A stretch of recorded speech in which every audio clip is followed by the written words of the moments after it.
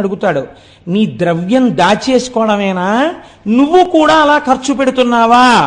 అందుకే గురువుగారు ఫ్రీగా కూర్చోకూడదు పూజకి. ఎప్పుడు చెప్పిన గురువుగారు కూడా డబ్బు కట్టాలి, లేకపోతే ఇంకెందుకు ఆ గురువు బరువు.